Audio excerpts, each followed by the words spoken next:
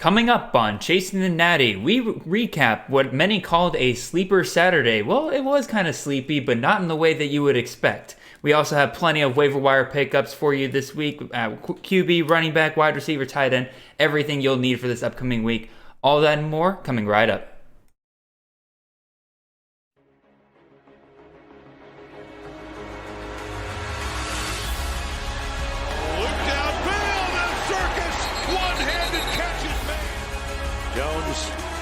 Goes to the end zone. Oh, what a catch!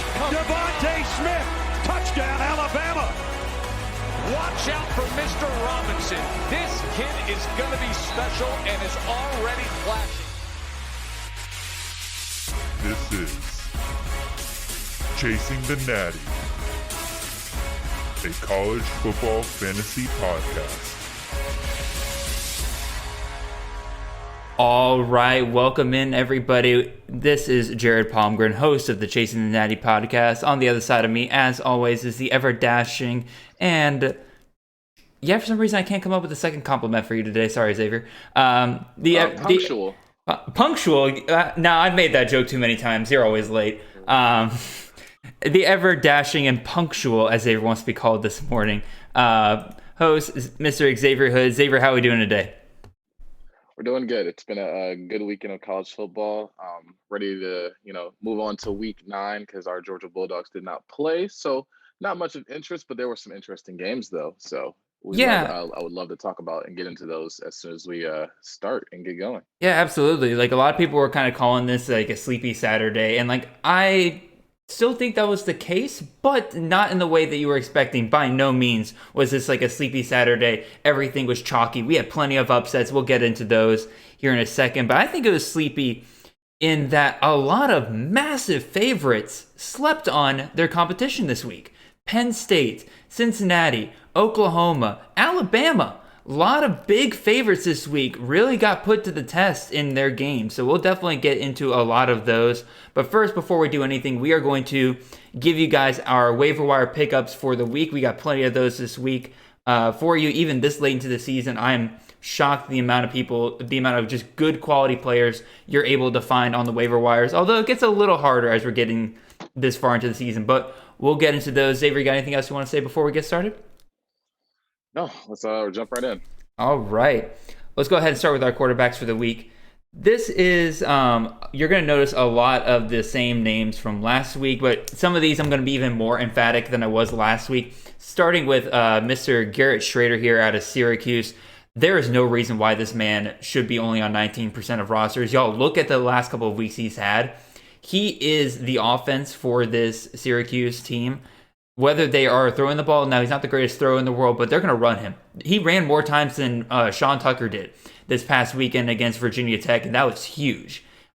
Dude went 16 for 34. Like I said, not the best passer, but still put up 236 yards and 2 touchdowns. And again, the big story here, 22 carries for 174 yards and 3 touchdowns. Again, you can't expect that high level every single week, but we've seen over the past couple of weeks, this is a man to respect. This is going to be a man that's going to be putting up points on the ground every single week. So Xavier, what are your thoughts on Mr. Shrader? Yeah, absolutely. His talent is in his rushing ability. That's where his production comes from. As a Sean Tucker owner, I was a little bit salty about some of those goal line carries. It was like they would be at first or second and goal, and I'm like, all right, it's time to give it to Sean Tucker, and Garrett Shrader would just run in, and that helped, and that happened so many times. So they obviously have enough faith in him to get those goal line touchdowns, and he's running for his life almost every single time, and he's mobile. So absolutely. So that's all I can really say about that. He's a must pick up. He's a must pick up this week. If you have the first pick on the waiver wire this week, Garrett Shrader, regardless of how good your QB situation is, you honestly need to find room for Garrett Shrader. Simple as that. Next, we'll move on to Hendon Hooker, quarterback out of Tennessee. This one really got back on here because he dropped below 40%, which to me is a shame because, once again, we're seeing a guy here who is a true dual threat quarterback in a very highly productive offense with the Tennessee offense. We saw them really put up some yards and points on Alabama this past weekend until the fourth quarter. Fourth quarter, everything shut down for Tennessee. They just ran out of gas. even still, against Alabama, past weekend, he went 19 for 28, 282 yards, 3 touchdowns. On the ground, he had 12 carries, 26 yards. Not his best day on the ground. Again, going up against Alabama, they're going to stop your run game pretty well. But even still, like I said, Xavier and I were talking about him before the show, and Xavier pointed out, well, they got Georgia coming up, and I'm like, I agree. But after that, I think he can put up points pretty much on anybody that he needs to. That Tennessee-Kentucky game is going to be very interesting down the road. Xavier, what are your thoughts on Mr. Hooker? Yeah, just to clarify, they play Kentucky first after they have a bye week this week. So they play Kentucky, then they play Georgia. But then after that, South Alabama and Vandy, that's a must start for Hendon Hooker. He's going to be that offense with Hupel, with what Hupel has done. I'm not saying Tennessee is a good team overall, but they've definitely improved over the past few years offensively. Hendon Hooker is under the helm of that offense. He's highlighting a lot of those receivers that a lot of people may have been sleeping on for this past offseason with Bayless Jones Jr. and those running back tandem for the future of Jabari Small and Tyon Evans looks just completely revolutionized with Hendon Hooker calling the shots and Hupel. So I think as overall that Tennessee offense has a lot of good gems on there, and I like Hendon Hooker as my quarterback. So definitely for the Kentucky game. Maybe not against Georgia, and then after that rest of the season, I would start Hendon Hooker for the rest of the season. He's going to be incredible for playoff games. That's all I'm going to say. Oh, absolutely. So we'll go ahead and move on to our third quarterback here. Another guy from last week. Again, these last three were pretty much on our picks for last week. Frank Harris barely made our 40% margin for this week, so I'm going to put him on here again. Didn't have the best of games this past weekend. Still put up about 25 points in half PPR formats. Even still, his rushing ability is just something you can't ignore. He had 8 carries for 59 yards, 0 touchdowns this week. But again, you can't count on touchdowns every single week, but he gives you a great base floor every single week. And again, he plays the Conference USA. Honestly, UTSA is looking like they're about to win that whole thing. And I think that no matter what week you put him in, he's going to be putting up points for you. So Xavier, what are your thoughts on Mr. Frank Harris? Yeah, as we mentioned last week, I think I mentioned earlier in that show where I was like, yeah, Frank Harris with that UTSA offense, it's just great all around, great pieces all around. But it's going to be a matchup based and situational of when you want to put Frank Harris in, because if they're going against a team with a terrible rush defense, then they're just going to hand the ball off to Sincere McCormick, and Frank Harris doesn't have to do so much. And that's what kind of happened against LA Tech this past week, where Sincere McCormick went off for like 3 touchdowns, 20 to 30 carries for over 100 yards, and Frank Harris was just cruising on. And I don't think he only threw like 1 touchdown, if I'm not mistaken. So, he threw 2 touchdowns. 2 touchdowns. Both of them to Zachary Franklin. So yeah, it was a good week overall. One of the better ones. I mean, he's had some big ones, especially against Western Kentucky. But yeah, going down the line, I think Frank Harris, people have starting to pick up on this UTSA offense, and that's why he's right at 40%. So he'll definitely probably not be on this list next week. Yeah, the big knock on Frank Harris last year, if I remember correctly, was that he would, like, you would get, like, sometimes you get 30, 40-point games out of him, but then he could give you a dud where he's like 8 points or something like that every once in a while. It doesn't look like that's the case this year. He's going to give you a base floor every single week, so absolutely pick him up. Move on to our fourth quarterback, bringing this guy back, Cameron Rising, quarterback out of Utah. I mentioned before on last week's podcast, he had 2 30-point games pretty much in a row. This past week, put up 25 points. Again, his rushing ability, a lot like Frank Harris, where it's just going to give you a safe base floor every single week for you. He went 22 for 36 against Oregon State, 267 yards, 2 touchdowns. Had 10 carries on the ground for 73 yards. Again, didn't get a rushing touchdown. That definitely would have helped him.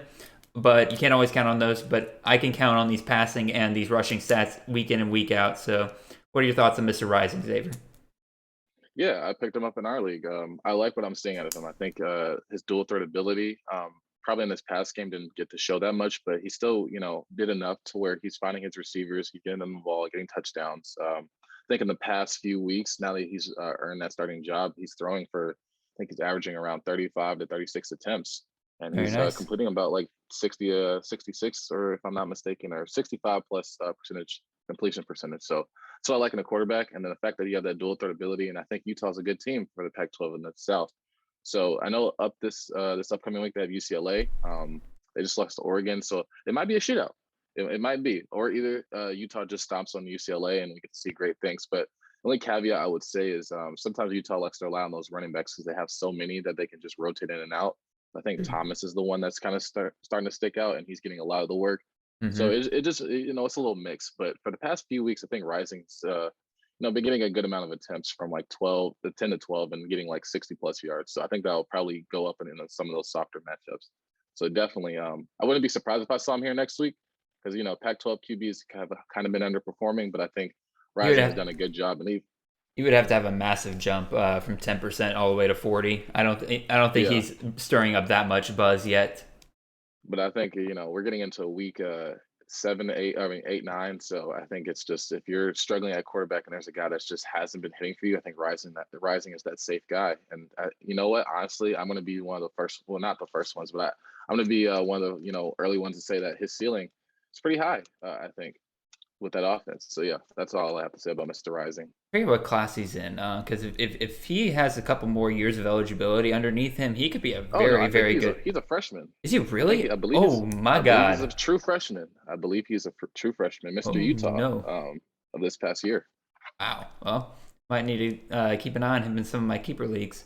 We'll go ahead and move on to our fifth and final quarterback here. I'm bringing this guy back, Anthony Richardson, quarterback out of Florida. We still haven't gotten any word on whether or not he'll be starting against Georgia. Regardless, I don't think, even if he is starting against Georgia, you're not going to probably play him in that game just with how good Georgia's defense has been. But even still, he gets the nod from here on out. The rest of that schedule for Florida is a joke. They still have to play, I believe they haven't played South Carolina yet. They haven't played Florida State yet. And I think they have one or two cupcakes elsewhere just thrown in there. They're good to go for the rest of the season after they play Georgia. So if Anthony Richardson, we've seen him put up just insane stats in the time that he is out there on the field. If he gets that full-time starting gig in some of those games, he's gonna be putting up some crazy numbers for you. He could be a playoff winner. So go ahead and nab him now if you haven't already. Yeah. I agree completely. Besides the UGA game, which I think Emory Jones and him will split, I think Dan Mullen's going to have a feel of like whoever has the hot hand, he'll just ride out with. Because from what all the reports have been saying, he's going to, UGA has been game planning for both just in case, because that's what the rumors are. But yeah, after UGA, they played South Carolina, Samford, Mizzou, and FSU, all in their last 4 games. All easy cupcake defenses, especially Mizzou. And FSU. So I think those are perfect and prime games for him to, if Dan Mullen wants to start him full time, these are good reps for him going for the future. And yeah, Florida may have another significant quarterback on their hands. But so yeah, Anthony Richardson. Yeah, 100%. All right, let's go ahead and move on to our running back picks of the week. Let me just write something down real quick, and then we'll move over. So Xavier, I'm going to let you take the lead on the running backs. Let's go ahead and start off with our first guy here.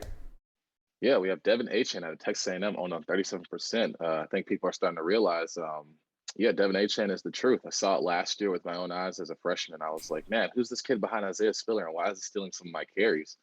And lo and behold, Devin Achane is the truth. Once Isaiah Spiller goes off for this draft, Achane is going to be one of those top running backs in this upcoming, the next college football season. So, I mean, he has the speed. He's, shown the ability to run between the tackles now, catch out of the backfield. I think the biggest thing, the reason that he's like rising so much is that he's legit splitting 50-50 with Isaiah Spiller now. And they're both being productive. Like if you're still an Isaiah Spiller owner, I know you can be a little bit salty, but not too much because Isaiah Spiller still producing, and then having Achane producing as well is great, especially when you don't have a quarterback.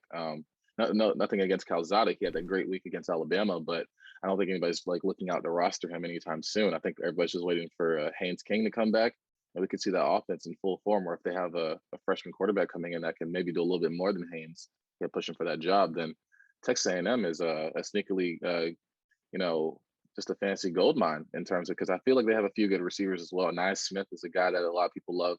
If they get a few more receivers, if Chapman is healthy, Watermeyer is going off for the draft, but still, I'm gonna throw Demas in there as well. That I watched a little bit of that South Carolina game, and man, if Calzada was just a little bit more dialed in, Demas might have had 2 touchdowns yesterday because he was burning some of those South Carolina DBs yesterday. Again, not that that's like the greatest praise in the world. South Carolina's DB situation is not exactly great, but even so, I'll throw him out there.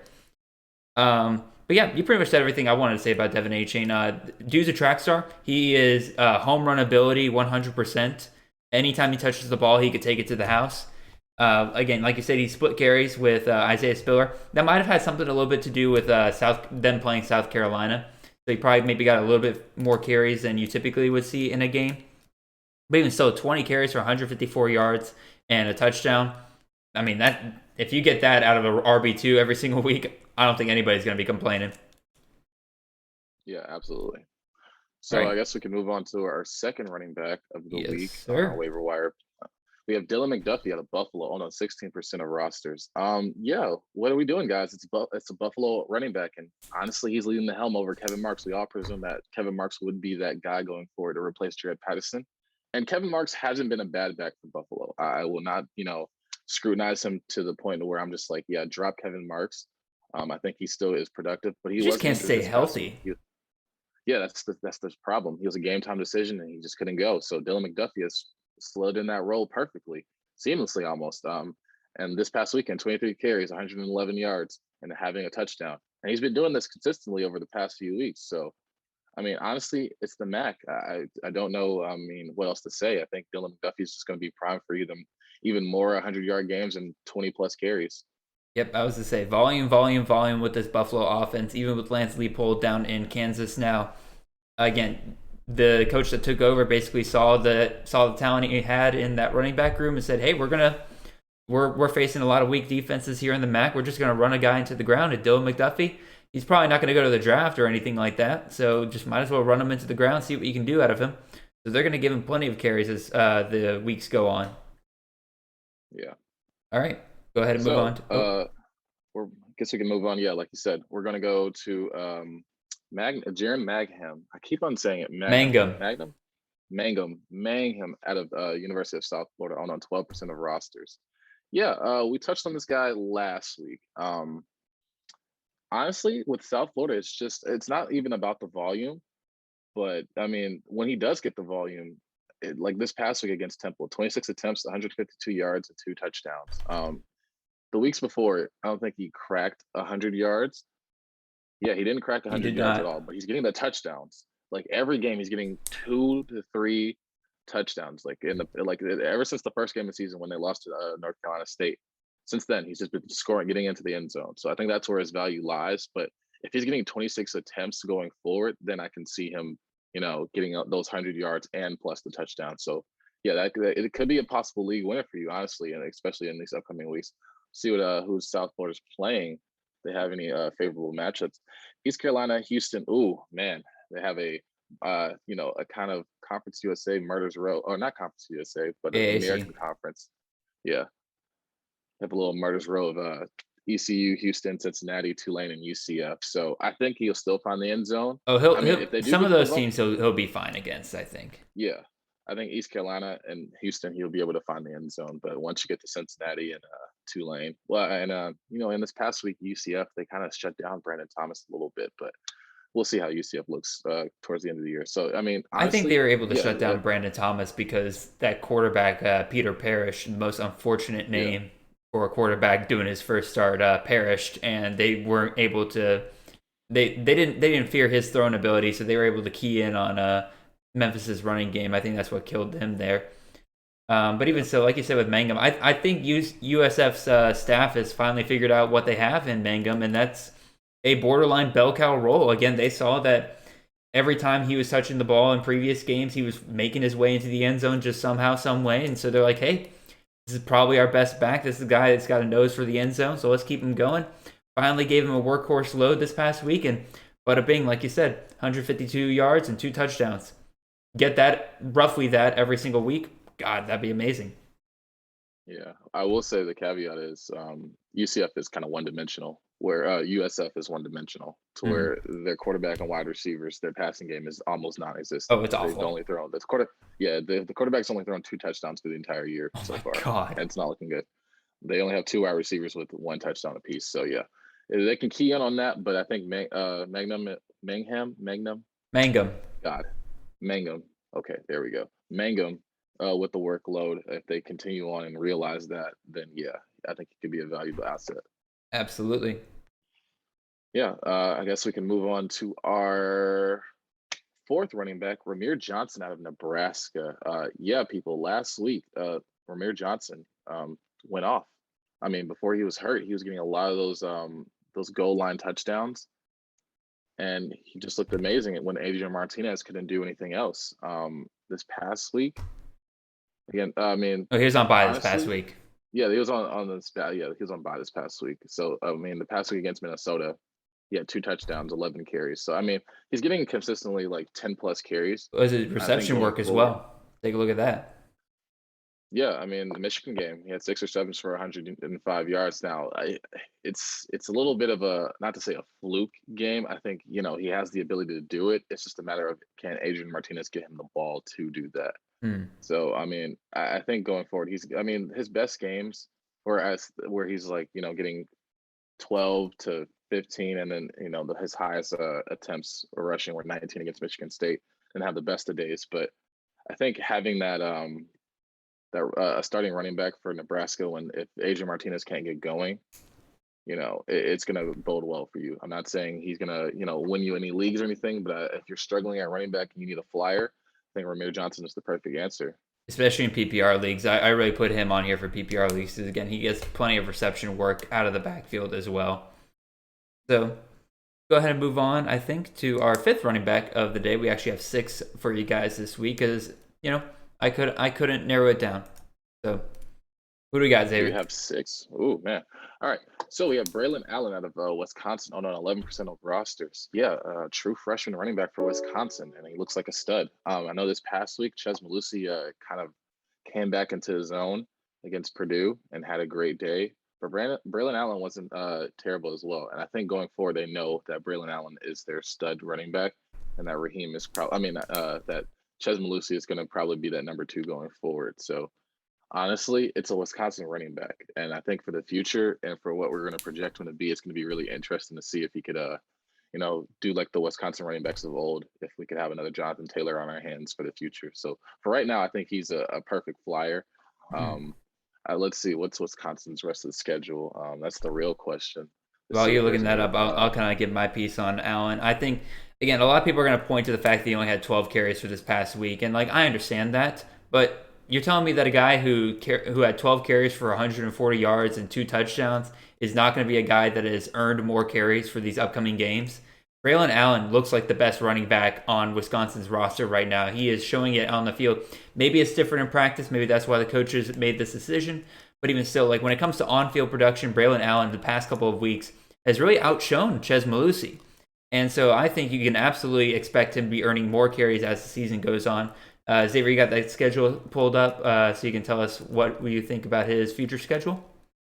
Yeah, you have Iowa. That'll be a little bit tough with their defense, but that's mainly just their DBs. And I think, if Braylon and Chez can run them down, I think they could be, it'll be an interesting game for Wisconsin.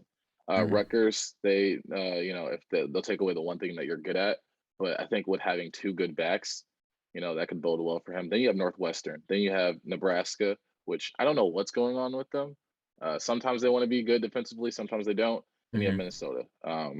So, I mean, honestly, I'm fine with Braylon Allen going for the rest of the season. I trust him. I think a lot of people, a lot of others should as well, too. I mean, he's that talented. Absolutely. All right. Shall I move on to our final running back of the week? Yes. It's going to be a surprise for me because I do not know. Ooh, did I not put it on the show sheet? Not at all. Oh, oops. Lamau. That's my bad. That's fine. Yeah. Jalen Knight out of Miami. With just the injuries that Miami has had with, all their, Derek King being, a mobile quarterback and his main ability in his legs. And then you lose, Cameron Harris, and then Don Chaney Jr. can never get healthy. Jalen Knight showed spurts last year where I was like, man, this guy could legit be a good number 2. And now he's in that number 1 role. And Miami really doesn't have anything much to play for, but they just beat NC State. So that I was looking into this. They have a path to the ACC championship. They so have take is revived. They have a path. Oh man, so I guess they are playing for something now. Yeah, we'll talk about their game later, but their win this past week was actually pretty big. Oh yeah, that's right, because NC State beat Clemson. And then just So it's just a lot that could happen. But with Knighton going forward, he's a talented back. They're going to give him that workload. And yeah, going forward, I mean, why not? I mean, Van Dyke is looking more and more impressive each week. Well, it's a good thing that Knighton's a receiving back as well. His only reception or his only touchdown from this past week was a receiving touchdown. Yeah. So I mean, it's good. I mean, with Miami, playing for something, it could bode well for Knighton. As long as he stays healthy, he's getting the workload. He got 21 attempts. So, I mean, obviously it's going to take a while because he's not used to that. I mean, the past 3 games, yeah, he's gone from 15 to 17 to 21. So I like that it's, increasingly getting higher and higher. So, I mean, with Miami's schedule, what else do they have? I mean, they probably have to have some tougher opponents. Oh, they have Pitt, Georgia Tech, FSU, Virginia Tech, and Duke. I like him in almost every single one of those games. Really? Okay. Well, again, sometimes when you just have a guy with volume like this in both receiving and rushing, and he's going to be getting touches in both, you really can't go wrong, especially in an ACC where, like you kind of said, like there's no consistency pretty much whatsoever. Pretty much the closest you can have to consistency is Pittsburgh so far, and they lost to Western Michigan in like week 4. So it's like you never know what's going to happen in ACC week to week. Before we move on to our wide receivers, which Xavier's going to lead through us on those, I do want to throw one honorable mention out here. We all saw Chase Brown had an incredible day against Penn State, like well over 200 yards. If it weren't for the fact that he was injured, he'd absolutely be on this list. But I am going to throw the guy who is behind him, who got actually over 20 carries as well in that game and over 100 yards. That's Joshua McCray. So I think you absolutely should be keeping an eye on him as the week is going on, seeing what the news is with Chase Brown. So Joshua McCray, he might be worth you picking up as well. So I'm going to throw him out there. Xavier, you have any thoughts on that? Yeah, if Chase Brown and Mike Epstein can't go, then yeah, might as well take that Illinois back in a Bellini offense. So might as well. 100%. All right. Yeah, I guess we can move on to wide receivers. It's been a great week of wide receiver and a lot of shootouts and a lot of quarterbacks putting up a lot of stats throwing to their receivers. So I'm excited to talk about these. I guess we can move on to number 1. A.T. Perry, right at 40%. Don't know if we said this last week or the week before last because we knew he was going on bye, but that Wake Forest and what was it, Army or Navy? I just remember Wake Forest Army. It was Army. So yeah, they were going back and forth. Sam Hartman looked like a legit pickup. That I'm honestly surprised we didn't include him because I do kind of. He's over 40%. That's why I didn't include him. He is. Yeah. Oh, okay. There's gonna be I get this almost every single week where there's at least one person like DMing me and they'll be like, why didn't you put this person in the waiver wire picks this week? I'm like, they're over 40%. I can't put them in. Yeah. So A.T. Perry looks like I honestly, it's really funny because I know a lot of people gave up on Ja'Kerry Roberson, but he had himself a day against the Army, and A.T. Perry did as well too. And it was just a great tandem of wide receivers, both over 100 yards, both getting touchdowns. And it's just been more reliable. I think that was A.T. Perry's 3rd 100-yard game, and it has been in consecutive weeks. So, at this point, there's nothing else I can say. It looks like he is that wide receiver number 1. And if he's still the 2, you're still getting 100 yards and still a touchdown. I would say it's just a crazy amount of volume that this Wake Forest offense is providing for these receivers. Obviously, Ja'Kerry Roberson had a just monstrous day against Army. He had I think he had like 180 yards and 3 touchdowns or something like that. He went off. I would have included him here again over 40%, so couldn't. But A.T. Perry, again, that wide receiver 2, even if he isn't wide receiver 1, like Xavier said, every single week, that's still incredible volume that you're getting from him. All right. Absolutely. Ready to move on when you are. So we can move on. Yeah. I'll let you take lead on this. This is one of my guys that you were ranting and raving about. Charleston Rambo out of Miami on 39% of rosters. Yes. Looking good with Van Dyke. My boy Charleston Rambo finally, again, he had an incredible game against Michigan State earlier this year. Then he kind of fell off a little bit with that whole Derek King going down and just getting used to the new quarterback situation. Miami just couldn't figure themselves out for a while, and I'm really hoping that Charleston Rambo is just a clear wide receiver 1 moving forward for them. Nobody else is really kind of broken open as that clear number 1 for them, and he had a great game this past weekend. 9 receptions, 127 yards, 2 touchdowns.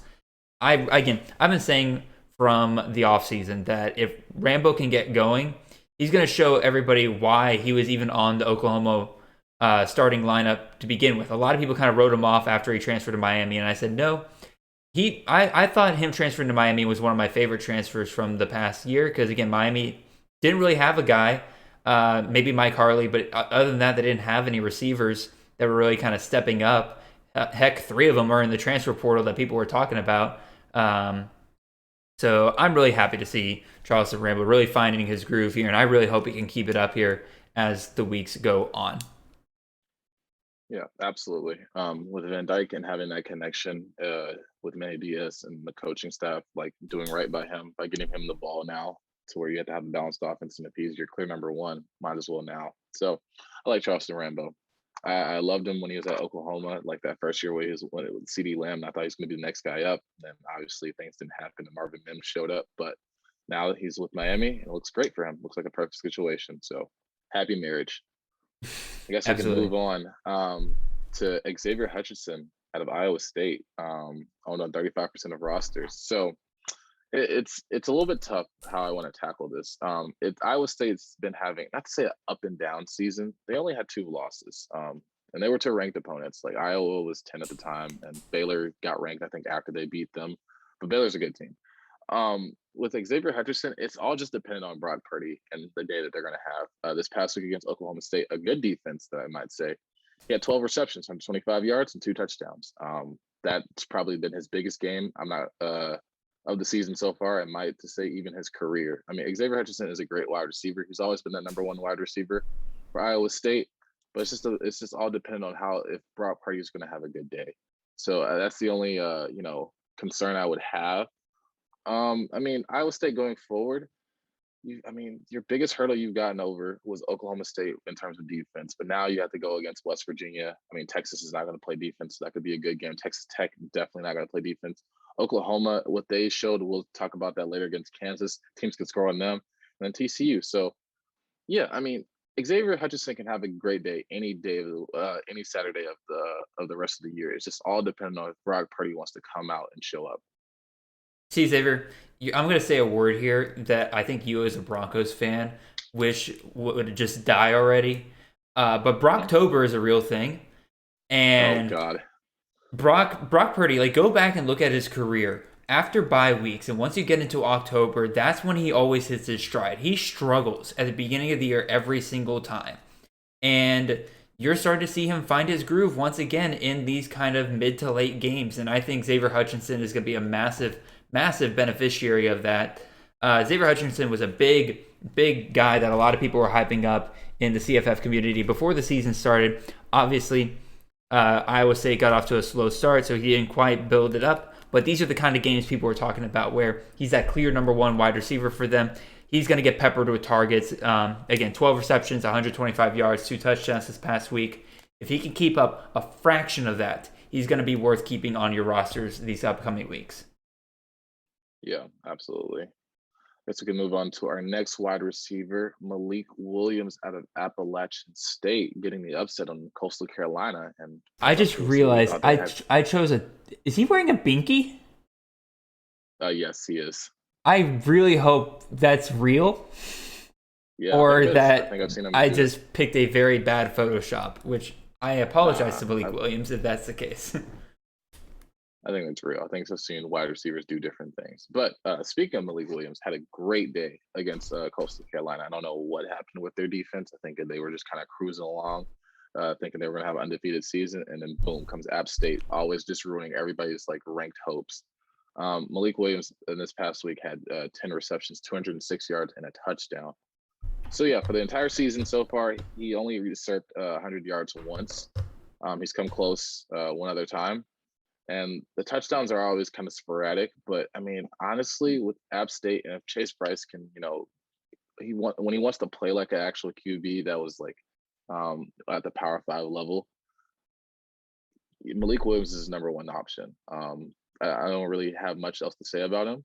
I mean, he is on the shorter side of receivers, but I mean, he still can like burst past DBs and expose them, obviously handily, as you saw in the Coastal Carolina game. I mean, I won't say he's the clear number one. I think he's a 1A, 1B with Corey Sutton. I think Appalachian State has two great pass catching options there. Either one can really burn the defense because, again, you look at the stats with the Coastal Carolina game, both of them went up for over 100 yards. Just Malik Williams, who just had the hot hand in terms of receiving. Again, 10 receptions, 206 yards, and a touchdown. Dude just went absolutely off in this game. I think if Appalachian State can keep that passing game going forward, I think that he's absolutely worth a pickup because clearly Chase Bryce trusts him with a lot of these big 50-50 balls for games. One thing I do want to touch on. You know what? Actually, no. I'll save that for the game recap. Okay. So we'll go ahead and move on to our final receiver here. Yeah, Ryan O'Keefe for UCF. A lot of people wrote off UCF. I mean, I am one of those people that just did not care enough about UCF anymore after Dylan Gabriel went down. Ryan O'Keefe had himself a great day. He's only owned on 9% of rosters. I mean, it's tough with UCF because we've been talking about who's the other guy? Robinson? No, it's not Robinson. Jalen Robinson. No, not Jalen Robinson. Brandon Johnson. Brandon Johnson. Being a favorite target for Mikey Keene. But Ryan O'Keefe has always been a great number 2. I didn't know if he was going to be great enough to be number 1 because we saw last year with Marlon Williams and then Jalen Robinson looked like the man up, and Ryan O'Keefe was at number 3. So it's always tricky to see. But I think if you're in a deeper league and you just absolutely need a wide receiver, and with UCF and their upcoming schedule, if Mikey Keene can get a groove going, then I don't see why not. Over the summer, I was texting with Colin Decker from Campus to Canton, and I noticed on one of his shows he kind of mentioned that there wasn't like a clear guy behind Jalen Robinson. And just based on practice reports that I had heard, when Jalen Robinson went down during spring practices, it was Ryan O'Keefe that stepped up and really became a favorite target of Dylan Gabriel during those practices. And now we see that with Jalen Robinson out, Ryan O'Keefe's role in this offense has really kind of exploded, and not just in the passing game. Like, he had a pretty mediocre passing day this past week, 6 receptions, 41 yards, and a touchdown. But here's the other thing. The past couple of weeks, they've been involving him in a ton of jet sweep plays. Even this past week, he had 3 rushes for 41 yards and a touchdown. So if you're getting touches for him on the ground and through the air, I think that's absolutely worth checking out and maybe keeping around on your roster just to see what happens the upcoming weeks. Yeah. All right. Those are our wide receivers for the week. And then we're going to move on to tight ends. I'm going to be a little bit slower through this than I normally am with tight ends because we actually got a lot of different guys that we don't normally put on here. Usually I just have like a list of the same guys over and over again, but there's a couple that caught my eye this week that I want to talk to you guys about. First one, I'll go through this one pretty quickly. Payne Durham, Purdue dropped below 40%. Y'all, he's back. He's healthy. That Purdue passing game is going to be looking for him, especially when they're down deep in the red zone. So, yeah, absolutely worth picking up in my opinion. Xavier, got any thoughts on Mr. Durham? No, like you said, the passing game and especially those red zone targets for Durham could bode well. That's mainly it. I think, they don't really have, besides David Bell, Payne Durham can, kind of be that second receiver. They still have Milton Wright as well too, but he hasn't been the greatest that we've kind of hoped that he would be. So I think there's a lot of opportunities for him. Yep. So move on to our second one. Another guy that just dropped that dropped again below 40%. We got Grant Calcaterra, tight end out of SMU. Y'all, that SMU offense is going to be putting up some receiving touchdowns every single week.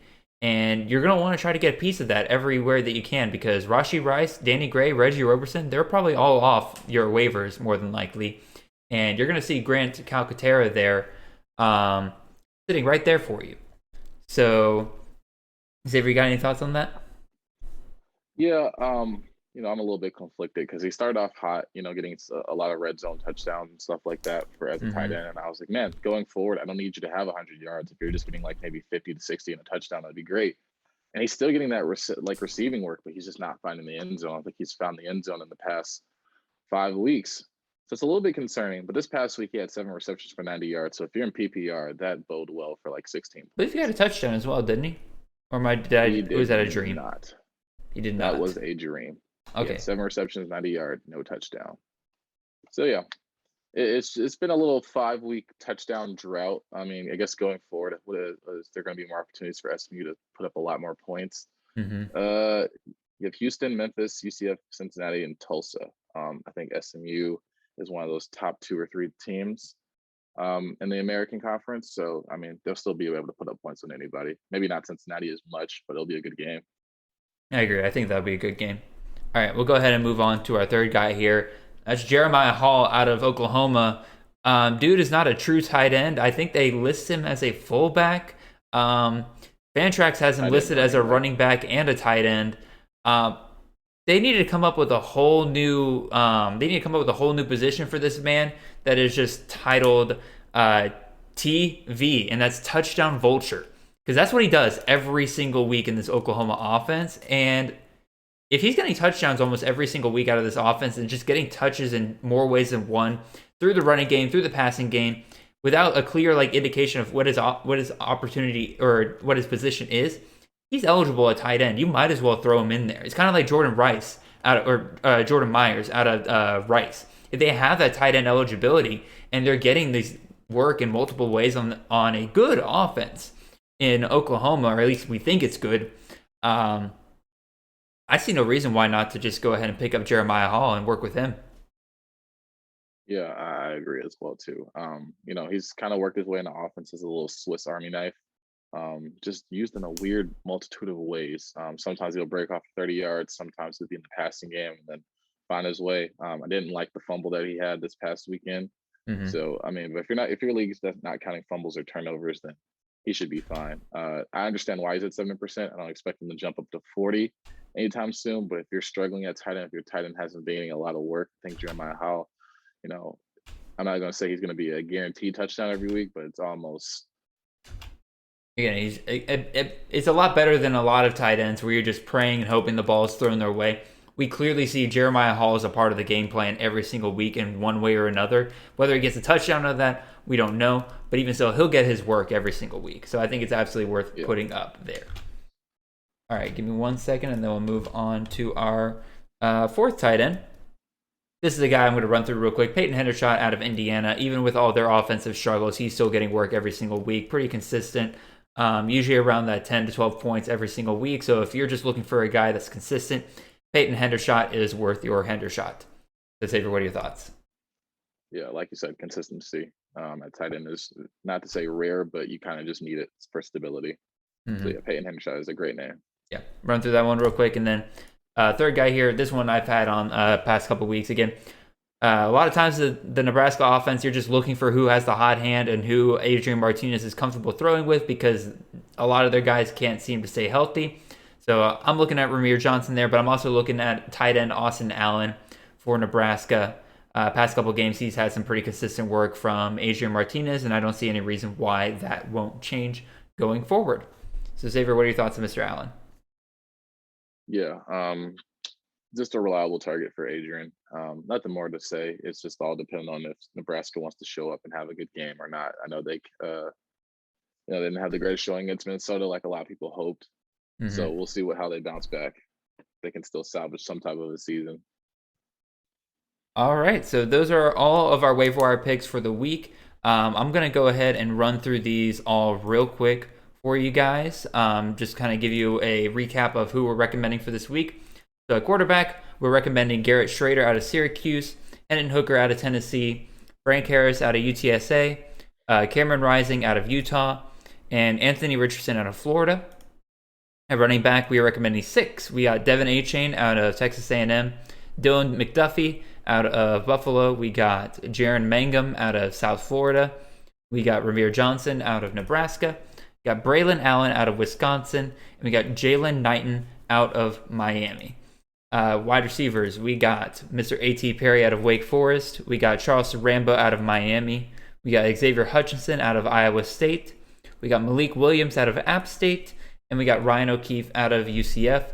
And tight end, we got Payne Durham out of Purdue. Grant Calcaterra out of SMU. Jeremiah Hall out of Oklahoma. Peyton Hendershot out of Indiana. And then Austin Allen out of Nebraska. So with that, those are our waiver wire pickups for the week. And so now we got several games we got to get to talk about. A lot of ranked upsets this weekend. No ranked v ranked matchups, so you won't see any of those in our helmet games for this week. But even still, we'll talk about. We had five ranked teams go down this past week, so let's go ahead and get started with that. With number 13, Coastal Carolina 27, Appalachian State 30. This was the Wednesday night game on ESPN. Xavier, what are your thoughts on this game? You know what? I only have a few thoughts on this game, and I think Coastal Carolina, after the season they had last year, there was the expectation of like, yeah, you had a cupcake schedule, you'll go undefeated. And they were kind of cruising along because they didn't have to do much. They weren't playing anybody. But App State came in, and they were their first honestly true test of like, all right, are you going to go undefeated this season? Because App State, for some reason, every year they always just find a way in the mix of like upsetting somebody important. They've done it almost like, I don't know, for the past 10 to 15 years, they've always had like at least one major upset of memory, for Michigan to South Carolina to Coastal. I don't think I can name another one. Probably if I thought about it a little bit harder, but yeah, they called Coastal Carolina's card this time. And I think what the real true issue lies in is like what the Grayson McCall, where they're using him now and the way they used him freshman year, he's not using his legs anymore. I think that was like one of his biggest strengths of what he had.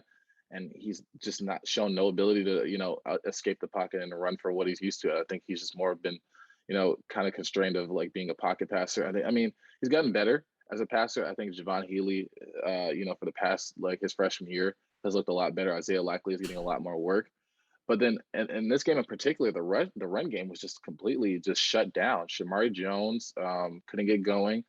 And Grayson McCall, like I said, hasn't been able to run. And then even with their backups, you just couldn't get much going. And with Appalachian State, hitting on all, like just exposing your defense through the air.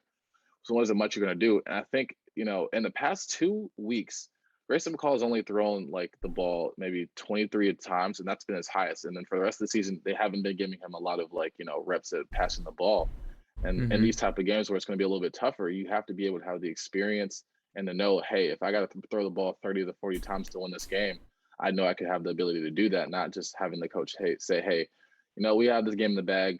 Maybe we don't have to like show your full skill set, which I understand in terms of like keeping your players fresh and stuff. But at some point, you have to like develop your QB. I think Coastal has not done the greatest of jobs. We'll see going on into the future. Still have high hopes for Grayson McCall, but just wasn't the greatest of days for Coastal Carolina in general. Again, I really think I'm not one to just say like, oh, this team slept on it. But again, like I think the theme of this past weekend was sleep. It was a sleepy weekend for a lot of these big favorite teams. Now, actually, I think Appalachian State might have been favored initially in this game.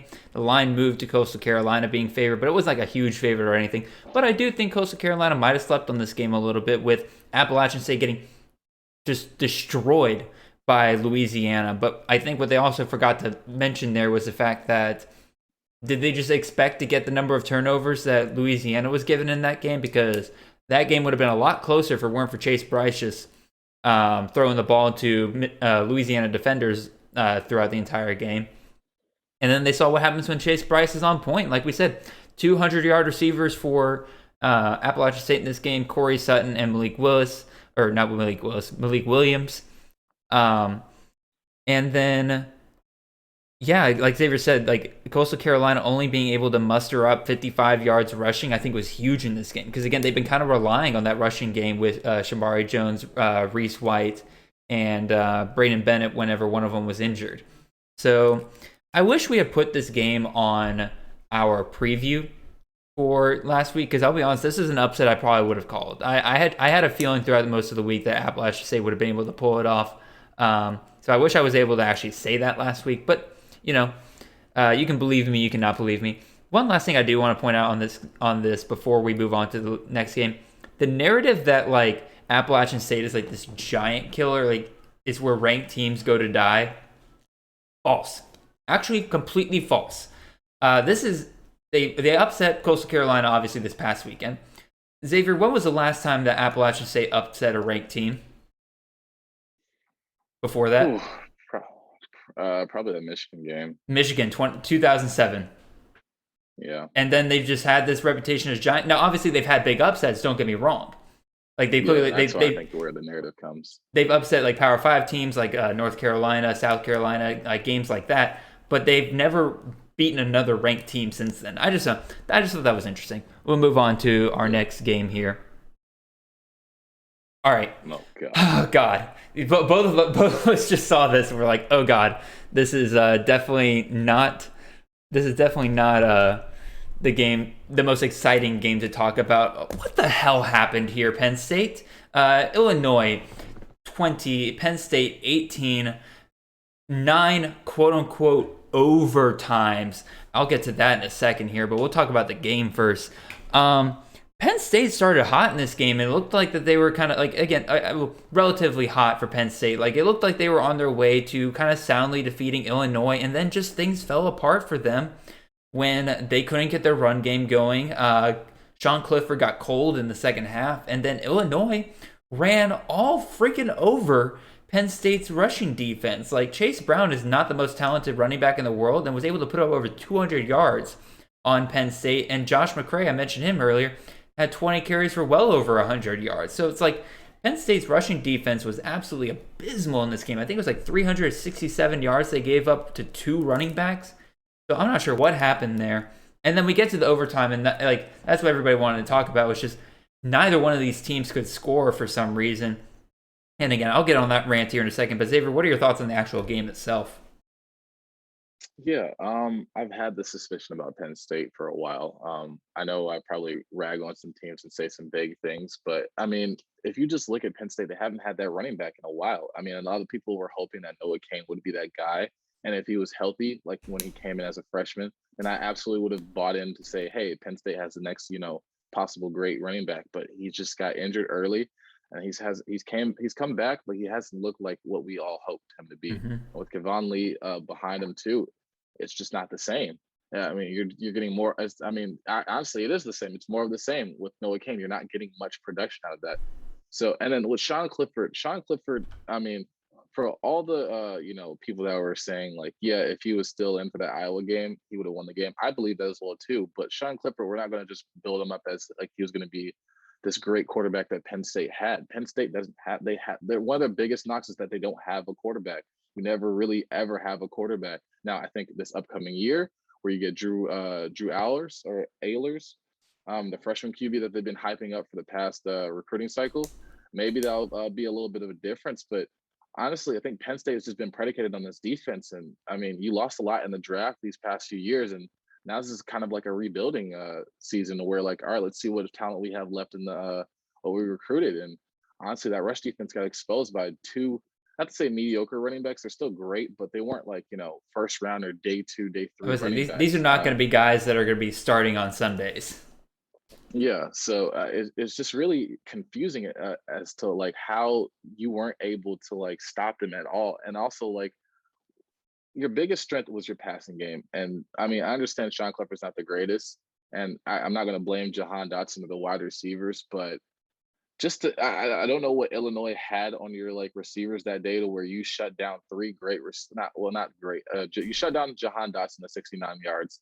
And I think Lambert and Parker Washington are those next guys up, but you completely made them non-factors. And I mean, honestly, that probably was the game plan of like, if we take away the receivers, what can they do?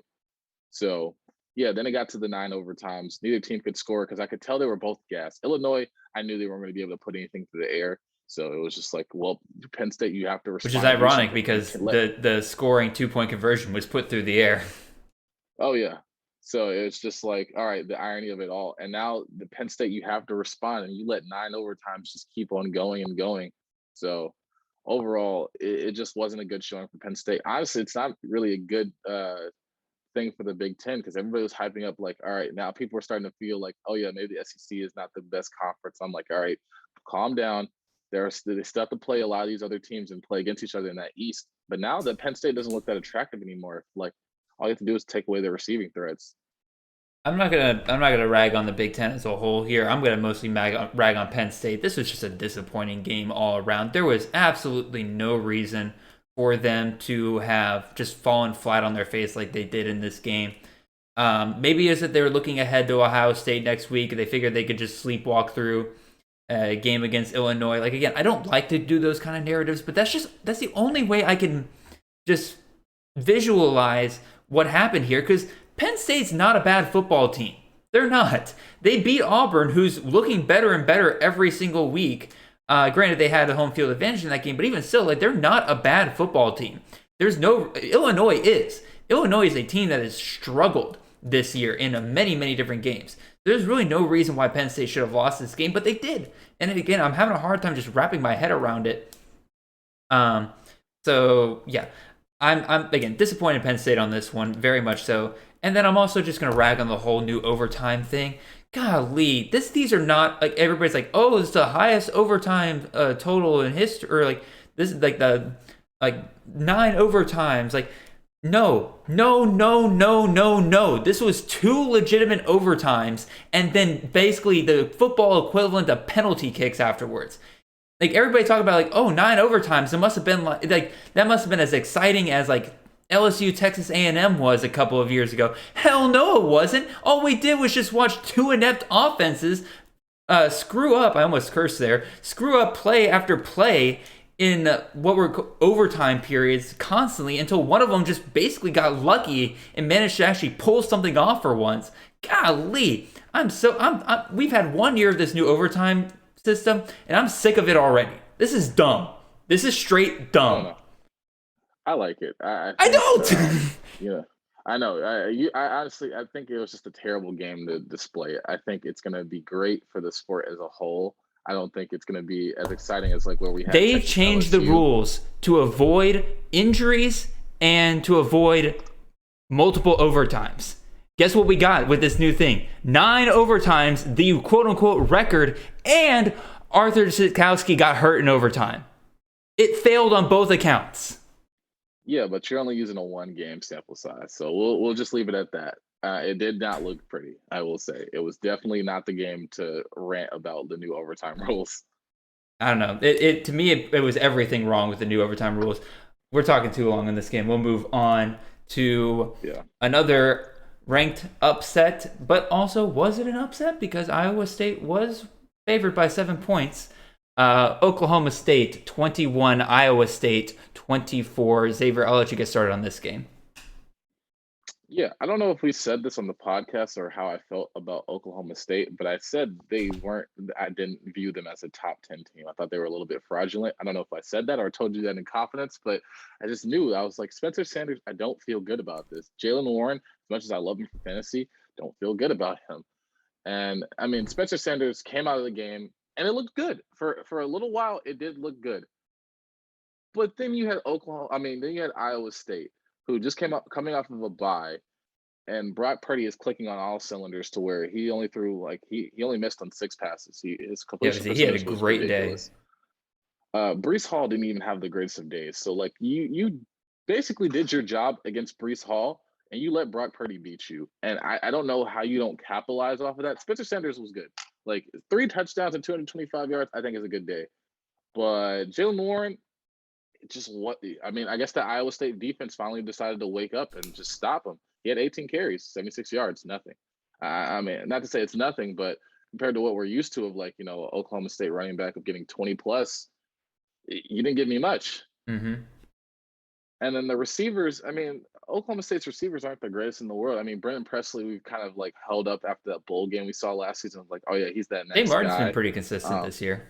Tay Martin definitely has been pretty consistent. He's gotten a touchdown this game, and Brandon Presley had a good game as well. But it just when it got down late, Iowa State was just the better team. Brandon Presley also fumbled the ball as well too. So it was just more of a cleaner game for Iowa State. So that's really all I can say. Just Iowa State played quote unquote the perfect game for them. I think what we learned from this game, I agree with you that a lot of things had to go right for Iowa State in this game. Actually, no, I'm not going to say that, because there was, Xavier, I don't know if you've seen this yet. One of the biggest BS calls I've ever seen in my entire life was excessive celebration. They called back a touchdown because of this for Iowa State. I saw that. Oh my! It was dumb. It was he just did this. I don't know if you can't really see me doing it. But he did that, and then he did the prime Deion Sanders knee high skip or whatever that he used to do, and I was like, don't do this. You're doing the NFL thing of taking the fun out of sports. He was clearly going to get to the end zone. It was a touchdown.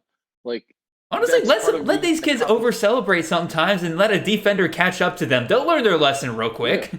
Because we've seen like plays of like a defender just celebrating really early and they drop the ball at the 1 yard line and then you get exposed. Or you And it's funny, like somebody's like throwing up the deuces, they slow down just a little bit and then somebody tackles them. Like let the kids learn the lessons on their own. Except the celebration might be one of the dumbest calls in sports. I'm gonna be real. Oh, absolutely. Like I don't understand the point of it. I really don't. Like, oh, it might hurt your Like, feelings. What? Yeah, I'm beating you at a sport. It's competition, and like the fans are here to watch that. That's part of the entertainment. I don't want to just watch sports for like the rules. Like I want to watch it for everything. Like the theatrics of it all. If you're gonna do it, like do it for like a legitimate reason. Like if a player just goes up and screams in a defender's face and like just like won't get off of them, yeah, like maybe throw a flag then. But not like if somebody gets in the end zone and they do a little pose or something like that, don't throw a flag. Like what is wrong with people? What is wrong with people? Anyway, I don't know. It's really close. What some other thoughts I had? Oh, sorry. I was going to mention the. No, you're good. I was going to mention the old piss. I was like, I don't know if that's going too far, but it was pretty funny when I first when I saw it. Because of the way that game ended. That was a little funny, and also it set off a whole chain of reactions for like coaching changes and everything. I don't think the college football world is the same as it is right now if it weren't for Elijah Moore doing that.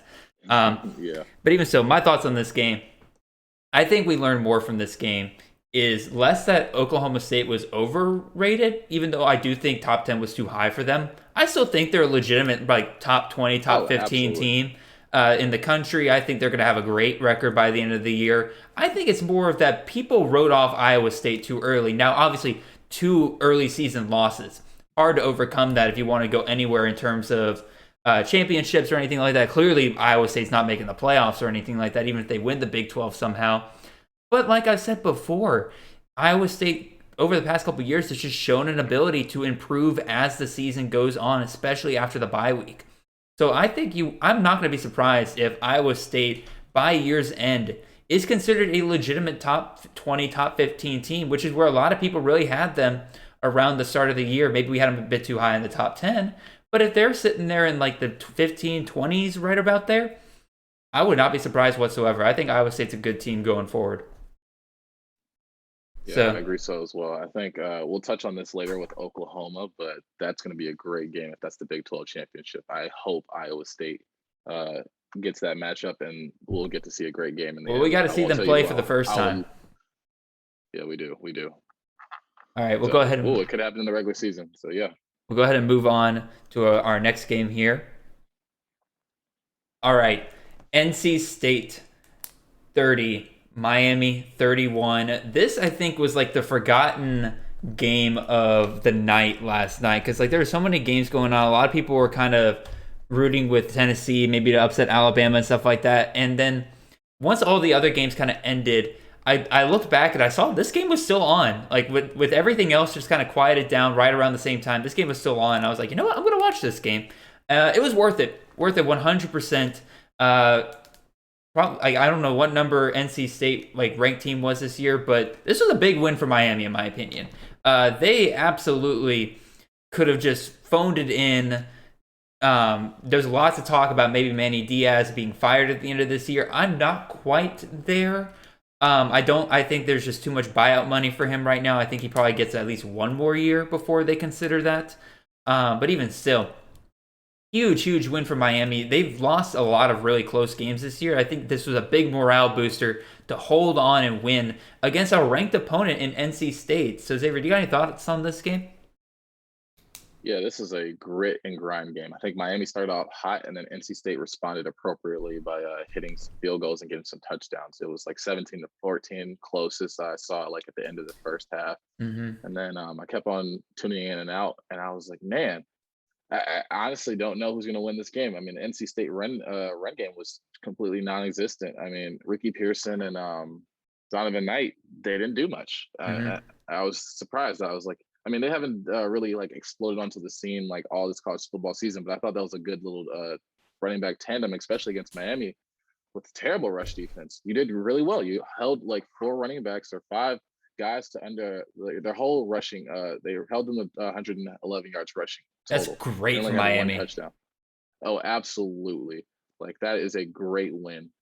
And even though you didn't rush the ball well yourself, I think I have to give props to Tyler Van Dyke. He's just been a great true freshman so far. I mean, a lot of people were thinking Jake Garcia.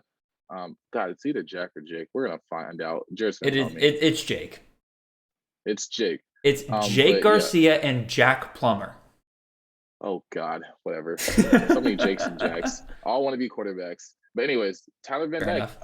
Honestly, we'll see going forward. I mean, I don't know what D'Eriq King's future is going to look like at Miami if he comes back next season because of the injury or pandemic or extra eligibility. But that's going to be one of the interesting quarterback competitions in the country between all three of those guys. I think. I think King's done. From what it sounds like, he might just be done with football. It just can't stay healthy. I do think Van Dyke versus Garcia, because I think Van Dyke is running away with the job right now because Garcia's been injured. That's been the main thing. So if a healthy Garcia and Van Dyke go at it in spring camp, that's going to be a quarterback battle to watch. I have both of them on my dynasty roster, so I'm going to win that battle no matter what. Yeah, I think Van Dyke has definitely taken the lumps. That UNC game wasn't the greatest where he threw like 3 picks. But, I mean, there's been good games where he's thrown a touchdown.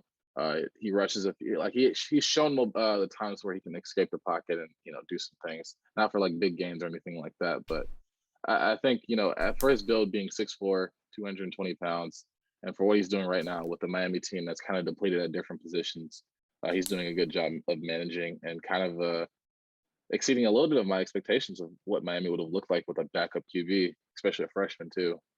I would definitely agree, and I think he might. I might be crazy saying this, but he might be a better overall passer than D'Eriq King was, and I think he's going to help unlock this receiving these receivers that Miami's kind of been having trouble getting going. So I'm very excited to see what Van Dyke does here in the future for Miami.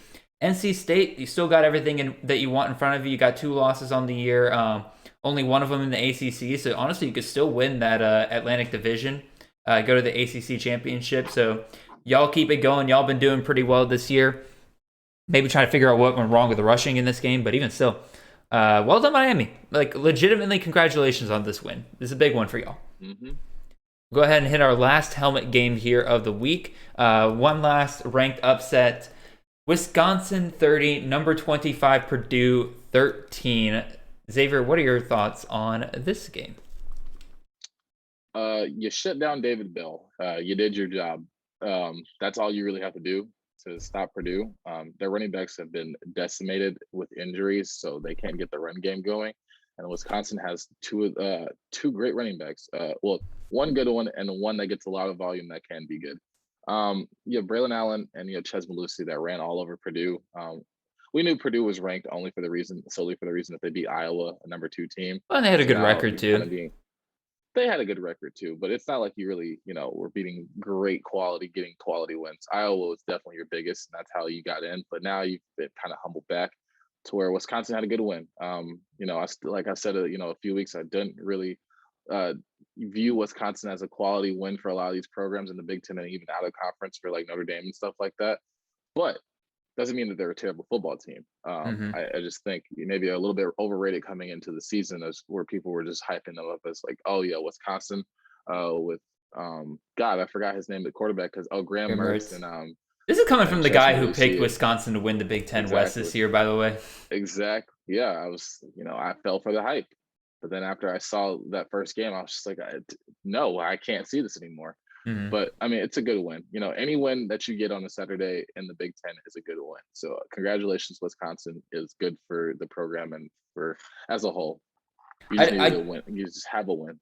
I do think this is a big win for Wisconsin. Again, just getting an actual ranked win, I think, helped. Even though, again, whether or not you really think Purdue was deserving to be ranked or not, based on just their win over Iowa, I think it's a big morale booster for Wisconsin. And again, Wisconsin, another one of these teams where technically they still have the division in front of them. They still have to play Iowa. They still have to play Minnesota. They got a lot of big Big Ten West games coming up. They kind of already taken their lumps from the East already. With Penn State, I believe, they already played Michigan as well. So they've already taken their lumps from the East. So now they just have their Big Ten West games ahead of them. They win those games out. Your prediction of them winning the West could easily come true, and I think they realize that. They got two, like you said, 2 good running backs that I think they can share the load between Malusi and Allen going forward. And I think that will help them not be so reliant on just one guy going forward. Graham Mertz is going to continue to be a reliability going forward, in my opinion, especially against a good Iowa defense. He's turnover prone in terms of his passing, and Iowa, I think could easily capitalize on that going forward. But even so, this is a big one for Wisconsin. I think that if they have their goals ahead of them in the Big Ten West, this is it right here. This kept them alive. All right. So with that, we can now move on to some other games of interest that weren't necessarily upsets or anything like that. They were fun to watch. But there were some interesting final scores for this week. First one will go up with number 2 Cincinnati 27 on the road, Navy 20. I'll get started with this one because again, this kind of just adds to my theme of this weekend. We had a lot of heavy favorites just struggle against very lesser competition, in my opinion. This is probably one that I wouldn't say excuse the most, but I can understand a little bit. Navy's a triple option team. I believe they were coming off a bye, if I remember correctly. So they had time to prepare for Cincinnati. Triple option teams are notoriously hard for lower classification schools to prepare for because they just don't have the facilities. They just don't have the coaching staff that are able to coach them up a week ahead of time for these games. So they just kind of have to grit and bear at these games sometimes. You have Cincinnati winning this game only by 7. I know a lot of people. There's a lot of big Cincinnati fans out there in terms of the playoff, and I'm one of them. I really do think Cincinnati, if they went out and continued to do what they had been doing, which was just blowing everybody out of the water that they could and win these Power 5 games on the road, which they did, I think they absolutely were worth considering putting in the playoff. A lot of them were saying like, oh, this can't be the game that keeps them out. Like, that won't be fair. Y'all, it's a 7-point win over a pretty bad Navy team. I think they were 1-6 on the year. This is a rough result for Cincinnati. And like, I just gave the excuses that I did for playing a triple option team. So like on some level, I get it. But even still, like, this does hurt Cincinnati a little bit, in my opinion. Now, I'm not ready to say it keeps them out of the playoff. I don't think it should keep them out of the playoff. But I do think it does kind of indicate that Cincinnati might not be quite as dominant compared to their competition as we originally thought. So, Xavier, what are your thoughts on this game? I'm not going to go that far. I think Cincinnati is still dominant. I just think it was just an odd game for Desmond Ridder. He didn't have the greatest of showings against Army. And it was just really weird going back and forth. I remember you sent the text that Navy's beating Cincinnati. And it was like the first quarter, first few minutes, and it was like 3-0. And I was like, Jared, stop this. Cincinnati's going to come back and then, blow them out. But it was just a back and forth affair of just like turnovers, a few touchdowns here and there. Late in the game, it was like, all right, Cincinnati looks like they're going to lead away. And then you see the drive where Navy kicks a field goal, and then they get a touchdown there in the fourth quarter. And a lot of things happen to where I'm just like, that was a wild fourth quarter. I just think you just, not to say, if you're not like one of the top 2 or 3 teams, you're going to have one of those games to where a team just sneaks up on you and you're going to have to take your lumps. I think if Cincinnati goes out and they understand the mistakes that they made from this past week and they go on like a little war path of just blowing out teams from now on, I think people will overlook this close win over Navy and kind of forget all about it, because I still think they're one of the best 4 teams in the nation. I mean, we'll get into another game where I think there is a fraudulent team in the top 4, but I understand why they're there and why they could possibly be there at the end of the year, which I don't like. It's a good thing that I'm letting you start on that one. Oh, yeah. Is that the next one? It's the next one. All right. Yeah, I guess that's all I have to say about that game. I'm ready to touch on this game. All right. Let's go ahead and move on into it. And we got number 3 Oklahoma, 35 against Kansas on the road at Kansas. Kansas scored 23. Xavier, go ahead. Yeah, don't look at this score and just assume that Oklahoma was just like on cruise control the entire time. Kansas legit had a shot to upset Oklahoma. Kansas, they were 1-5, 1-6 coming into the year. Or I think they're they one. only I think have they're one. 1-6. I think they've won at least one game. Yeah, I know they won a game, but I was like, you're at the bottom of the Big 12. Jason Bean, Jason Bean has had an okay season where I'm like, all right, you've shown a few highlights, and Devin Neal, everybody's loving the running back for Kansas going forward. He had a monster game. I think Devin Neal honestly was probably the best player on that field yesterday. Oklahoma came in, and it was so funny watching the game because I was watching. Yeah, it's really surprising. Oklahoma came to this game, and I'm going to paint the picture of pre-game. I'm watching Oklahoma, Caleb Williams, the receivers, the running backs, Kennedy Brooks, all smiling, just being real relaxed. And then you see Kansas on the other side looking like they're on ready for war. And I didn't have the sneaky suspicion just yet. I was like, yeah, it's fine. It's Oklahoma. They know they have the talent to win. Then I get into this game, and Kansas goes up 7-0. And I'm like, okay, that's interesting. I know your defense was not that great, but it's okay. I can allow 7 points. I wasn't expecting a shutout. But then you go on, and you keep Kansas in this game where you can't score in the first half. And at that point, I'm questioning everything, where I'm like, is this really going to be the game that Oklahoma loses? Are you telling me you're going to lose to Kansas? And they made me. I have several Texas friends that were ready to be free. They were ready to be free because if Oklahoma lost to Kansas, they would have gotten rid of every Texas loss to Kansas joke they ever would have been able to throw at them. Yeah, and it just was so funny to where at the halftime, Kansas made the announcement. Like, literally the announcers for the game were like, yeah, forget tickets. The game is free. Tell anybody that you know, your mom, your grandmother, your sister, your cousins, your brothers, that this game is free.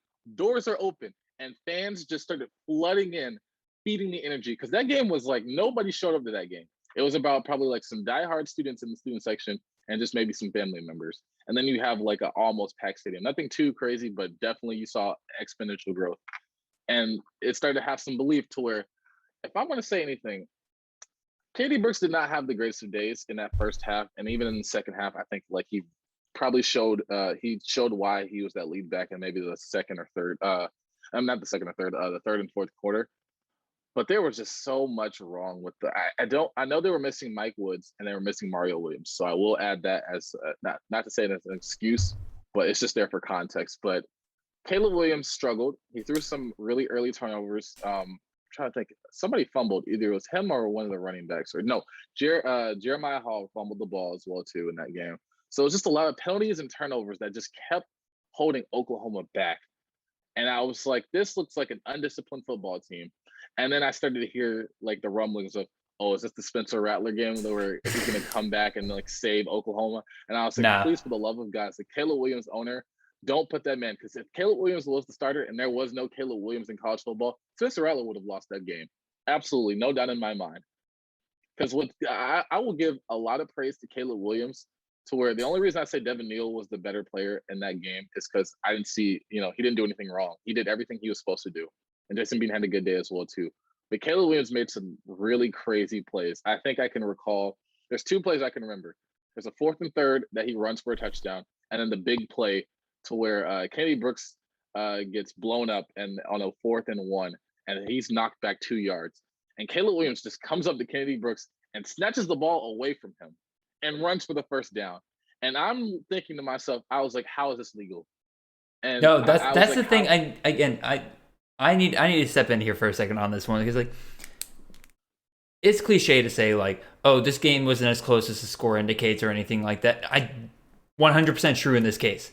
Kansas had a chance to win this game because everybody's looking at, like, you look at this, you're like, oh, they had 12 points. Like, there's no reason why Kansas had a chance to win this game. No, Oklahoma scored after they converted that 4th down.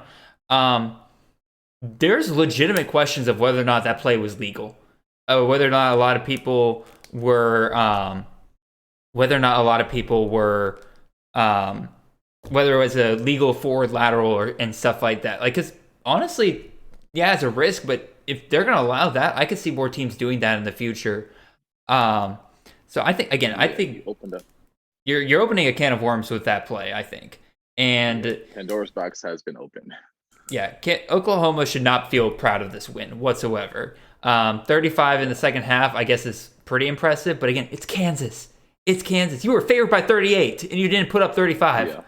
Like, no. Good Lord. We talked about that game long enough. We'll go ahead and move on. And we'll hit up Tennessee on the road at number 4 Alabama. Another one of these games where big favorite. I don't want to say Alabama sleptwalk. I don't want to say Alabama sleptwalk because it's Alabama. That's not their culture. They never sleepwalk through games, really, in my opinion. If they get beat, they get legitimately beat. Tennessee put up a damn good fight against Alabama, and if you take away the fourth quarter, that Alabama was really neck and neck with Tennessee for most of this game. Again, they really pulled away in that fourth quarter. Tennessee just ran out of gas, both on offense and on defense. But yeah, again, this was a pretty stressful game until it wasn't. What are your thoughts on this game, Xavier?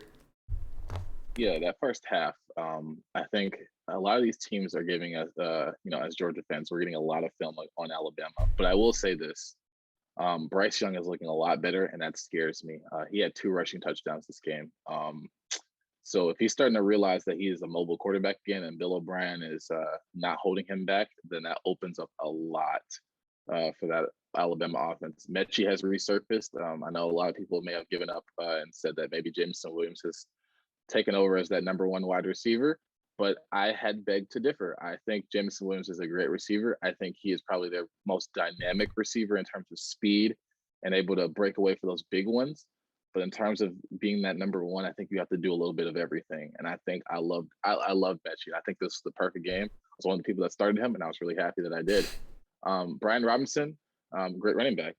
You know what? A lot of people did sleep. I was one of those people that did sleep. I was like, you aren't as dynamic as, a Najee or a, who are the running backs before Najee? There's Damian Harris. You had Josh Jacobs. So you had a long lineage of just great prolific guys. And then you had Brian Robinson, the hard nose, stuck it out for 4 years, knows the offense, hard runner. And he's doing well for the past few weeks.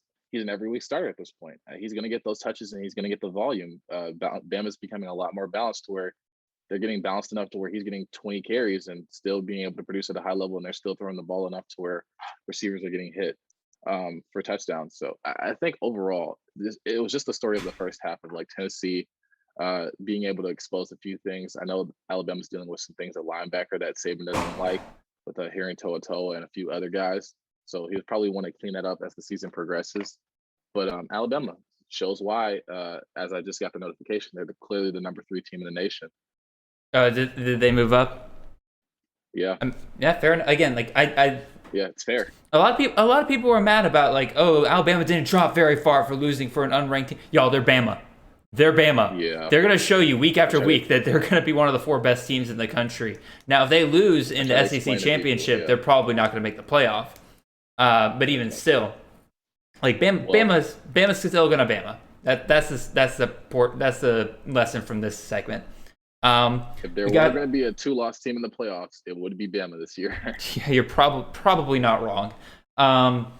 Anyway, we got 3 more games to get through here. We'll get through these pretty quick. Next up, we got number 10 Oregon barely survives UCLA 34-31. And I say barely survives because UCLA was coming back on them on a final drive. And pretty much DTR gets knocked out of the game on that final drive. Ethan Garbers comes in. I think Ethan Garbers is going to be good going forward, but, I think he's a redshirt freshman. You make a freshman mistake, ball gets picked off, Oregon wins the game, they survive. But they were driving down the field pretty well until that point.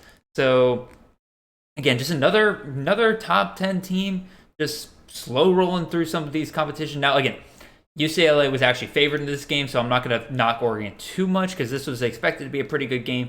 But also, it should tell you that if Oregon is a top 10 team and they weren't really they were already an underdog to UCLA, an unranked team, I think that should tell you that Oregon's probably not as good as we think they are. What are your thoughts, Xavier?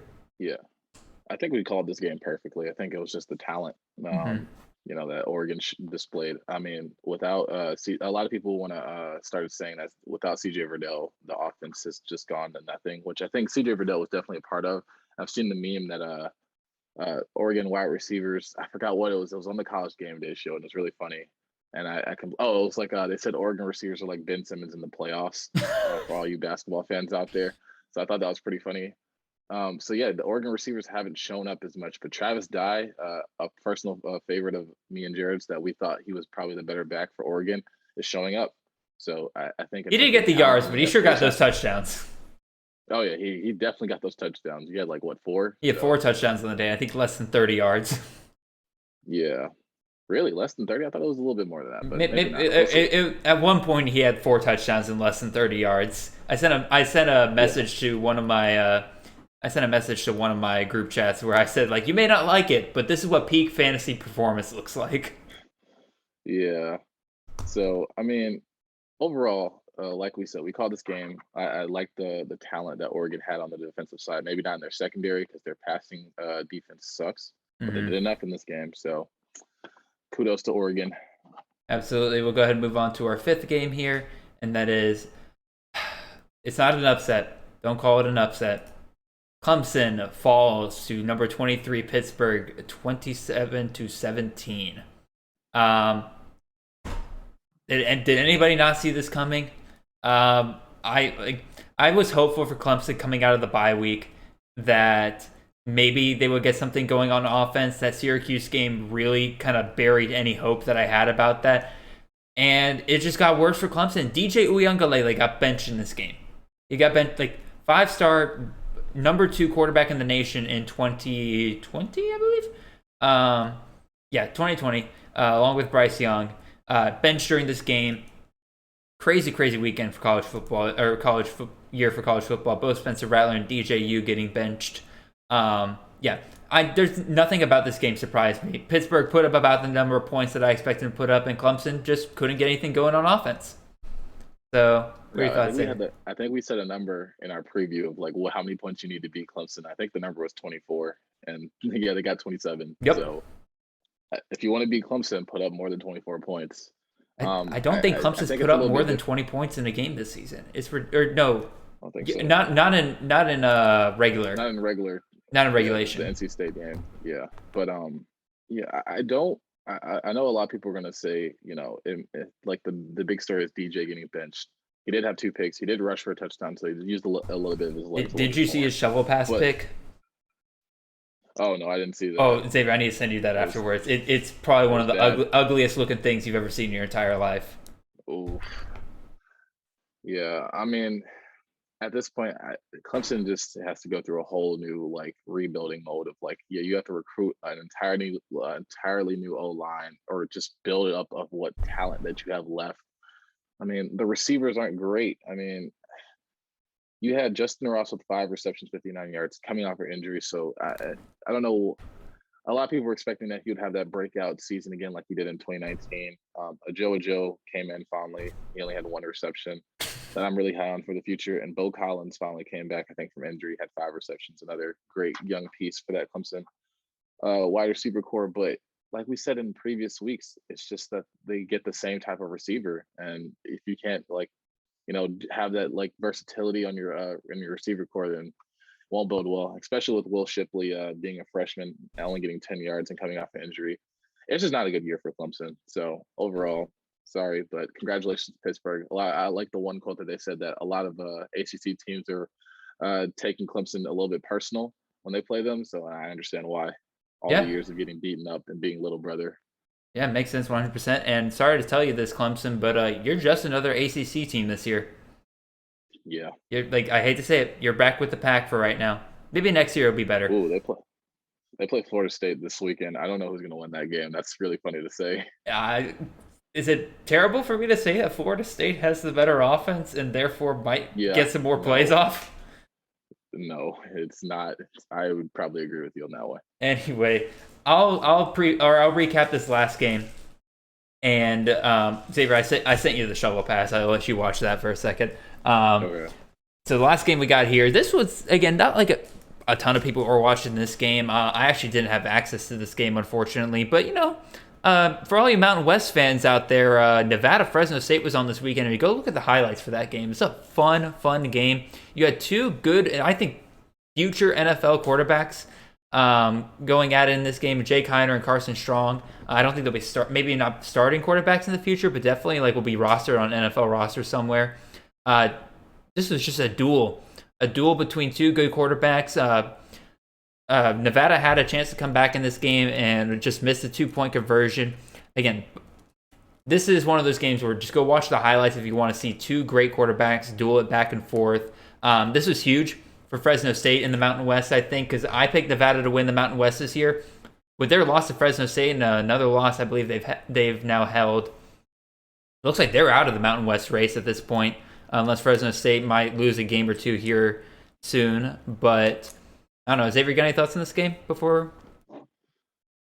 Yeah, it was really late. Didn't have access, but I saw highlights of Carson Strong with his deep ball ability because I think it didn't come down to the wire where the last touchdown by Carson, kind of got them to 32, but there was nothing else they could really do after that.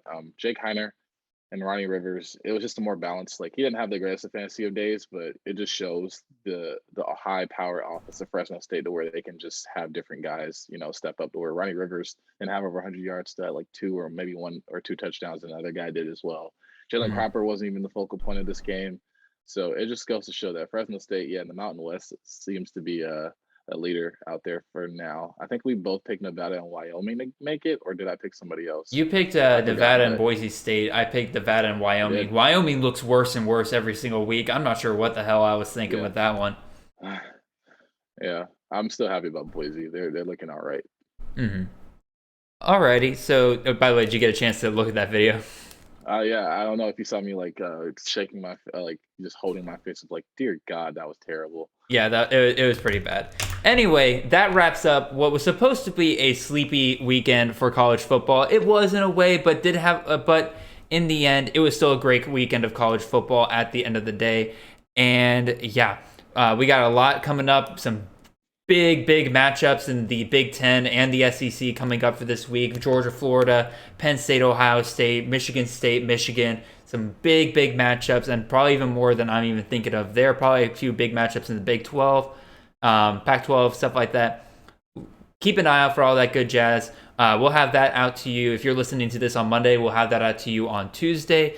Keep an eye out for our Kings Classic discussion. We got our win this past week, and we're sitting pretty for the playoffs, but we have to win, continue to win going forward. So make sure you tune into that. In addition to that, make sure you're following us on all of our platforms. I am at CFF_Jared. He is at CFF_Xavier on Twitter. On YouTube, make sure you are subscribed to us and hit that notification bell. In addition to that, leave comments down below. Let us know what you think of our thoughts. If we're idiots or if you really like what we have to say, we like hearing it no matter what. In addition to that, make sure you're following us on Apple Podcasts and Spotify. And if you're listening on Apple Podcasts, take 5 minutes and leave a 5-star review for us. Those are so helpful for us. We love hearing from those. In addition to that, Xavier, got anything else to say before we head out? I'll leave us off on a funny NFL stat right now. Derrick Henry has more passing touchdowns than Patrick Mahomes at the moment. So that's pretty funny for the day. Oh, for the day. But yeah. Wait, what? Derrick Henry has a passing touchdown? I have not kept up with NFL at all today. Yeah. Oh God. Pretty funny thing. I was surprised when I saw it. I was like, really? Okay. I have not even seen what my fantasy looks like for today. We're gonna find out. Alrighty. Appreciate y'all tuning in, and we'll see you guys next time. Have a blessed day.